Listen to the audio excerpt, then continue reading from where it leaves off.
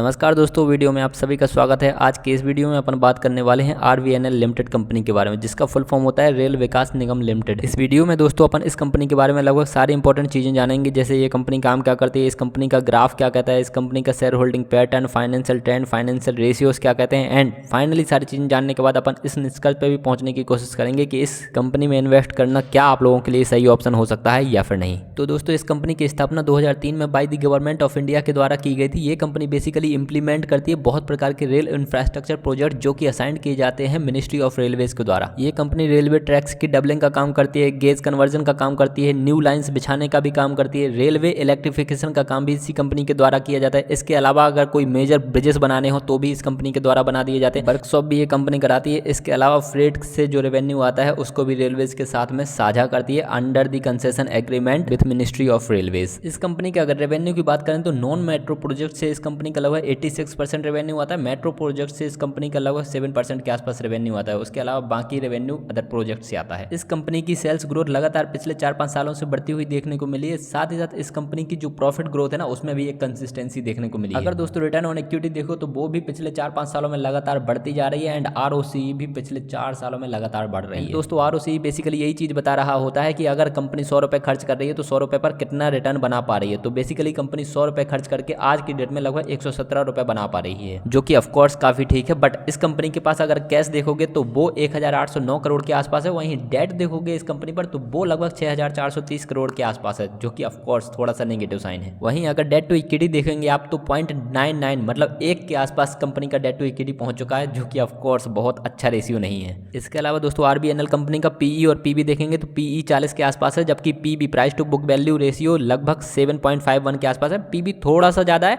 But ऐसा नहीं कहेंगे कि बहुत बेकार PB है, ऐसा बिल्कुल भी नहीं है। PE भी इस कंपनी का काफ़ी ठीक है, बेकार आप नहीं कह सकते। इसके अलावा दोस्तों सेम सेक्टर की बाकी कंपनीज के PE PB भी आप लोगों की स्क्रीन पे है, आप कंपेयर करके देख सकते हो। इसके अलावा दोस्तों इसी कंपनी का ROCE और ROE का भी पीयर कंपैरिजन आप लोगों की स्क्रीन पे है, आप उसको भी देख सकते हो। अब दोस्तों अगर इस कंपनी का शेयर होल्डिंग पैटर्न देखें तो लास्ट के 6 मंथ में यहाँ पर प्रमोटर्स की होल्डिंग जरूर थोड़ी सी कम हुई, but complete share holding pattern देखोगे तो आप लोगों को यहाँ पर ज़्यादा नेगेटिव बातें लगेंगी नहीं, क्योंकि दोस्तों इस कंपनी में एक्चुअली में प्रमोटर्स की होल्डिंग काफ़ी बढ़िया है, जो कि 72.84% है, और ये प्रमोटर होल्डिंग यहाँ पे गवर्नमेंट की है। ठीक है, म्यूचुअल फंड ने यहाँ पे थोड़ा सा इन्वेस्ट कर रखा है, बिल्कुल ना के बराबर। इसके अलावा DIs एंड FIs ने भी यहाँ पर ठीक ठाक इन्वेस्टमेंट कर रखी है, बहुत ज़्यादा तो नहीं बट बहुत कम भी नहीं है। ठीक है, इसके अलावा रिटेल इन्वेस्टर्स भी यहाँ पे 18% के आसपास है, जो कि अगर कंप्लीटली देखें तो काफ़ी ठीक ठाक शेयर होल्डिंग पैटर्न है इस कंपनी का।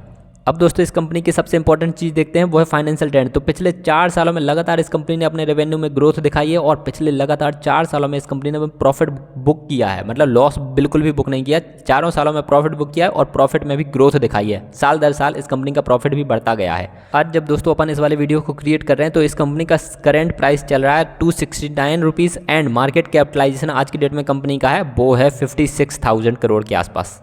दोस्तों अपन एक बार इस कंपनी का ग्राफ भी देख लेते हैं। तो लास्ट के 1 दिन का ग्राफ, एक वीक का ग्राफ, एक मंथ का ग्राफ, एक ईयर का ग्राफ, 5 ईयर का ग्राफ एंड मैक्सिमम ग्राफ। तो मैक्सिममली इस कंपनी ने 1288% के रिटर्न्स दिए हैं। लास्ट के 5 सालों में भी इस कंपनी ने लगभग 1288% के रिटर्न्स दिए। लास्ट के 1 ईयर में लगभग 332% के रिटर्न्स दिए। तो आप देख पाओगे कि इस कंपनी के प्राइस में फ्लक्चुएशन बहुत ज़्यादा देखने को नहीं मिल रही कि बहुत ज़्यादा अप गई फिर एकदम से डाउन आ गई, बहुत ज़्यादा नहीं है, बट 20-30% का करेक्शन यहाँ पे आप एक्सपेक्ट कर सकते हो। अब दोस्तों डिपेंड जरूर यही चीज़ करती है कि आप 20-30% करेक्शन को बहुत ज़्यादा करेक्शन मानते हो या फिर बहुत कम। बट मेरे ख्याल से अगर आप 50-60% के आसपास रिटर्न्स एक्सपेक्ट करना चाहते हो किसी कंपनी से, तो वहाँ पर आप लोगों को 20 से 30% का करेक्शन भी एक्सपेक्ट जरूर करना चाहिए। अब दोस्तों आई होप आप लोग इस वीडियो के माध्यम से इस कंपनी के बारे में लगभग सारी चीज़ें जान गए होंगे। अब आप सोचो कि इस कंपनी में इन्वेस्ट करना है या फिर नहीं, तो आप लोग खुद डिसाइड कीजिएगा आपको यहाँ पे इन्वेस्ट करना है या फिर नहीं। मैं पर्सनली अपना बता देता हूँ कि पर्सनली मैं इस कंपनी में अभी इन्वेस्ट बहुत ज़्यादा नहीं करने वाला। छोटी इन्वेस्टमेंट कर रखी है मैंने, 100 रुपये में से 1 या 2% के आसपास इन्वेस्टमेंट, बट मुझे इससे बेहतर दूसरी कंपनी लगती है, तो मैंने उनमें अपना परसेंटेज ऑफ अमाउंट इन्वेस्टिंग का वो बढ़ा रखा है। एंड फाइनली मैं एक चीज़ क्लियर कर दूँ, मैं इस वीडियो के माध्यम से बिल्कुल भी रिकमेंड नहीं कर रहा कि आप इस कंपनी में इन्वेस्ट करो या फिर ना करो। मैं सिंपली आप लोगों के सामने कुछ डिटेल्स प्रस्तुत कर रहा हूं, ताकि आप लोग अगर इन्वेस्ट करने वाले हो किसी भी कंपनी में तो ये वीडियो आप लोगों की इन्वेस्टमेंट जर्नी में थोड़ी बहुत हेल्प ही करे। तो दोस्तों इस वीडियो में इतना ही। इसके अलावा कुछ और इंपॉर्टेंट वीडियोस या फिर इरकॉन का वीडियो जरूर देख लीजिएगा, एंड स्क्रीन में मिल जाएगा। वो बहुत इंपॉर्टेंट कंपनी होने वाली है शायद आप लोगों के लिए। अपन मिलेंगे अगली वीडियो में। आप लोग अपना ध्यान रखिए। Bye bye, take care.